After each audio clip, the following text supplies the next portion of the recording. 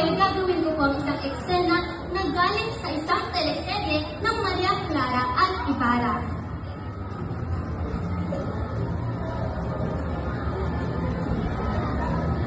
Utang na loob! Utang na loob! Huwag niyo akong panahimikin! For favor! Ayoko na tumahimik pa! Buong buhay ko! Marami akong sinasabihan na tumahimik, sumunod, makinig! Ulit-ulit ko ako tinasabihan ng ganon! Ulit-ulit ko ako tinatanggalan ng boses!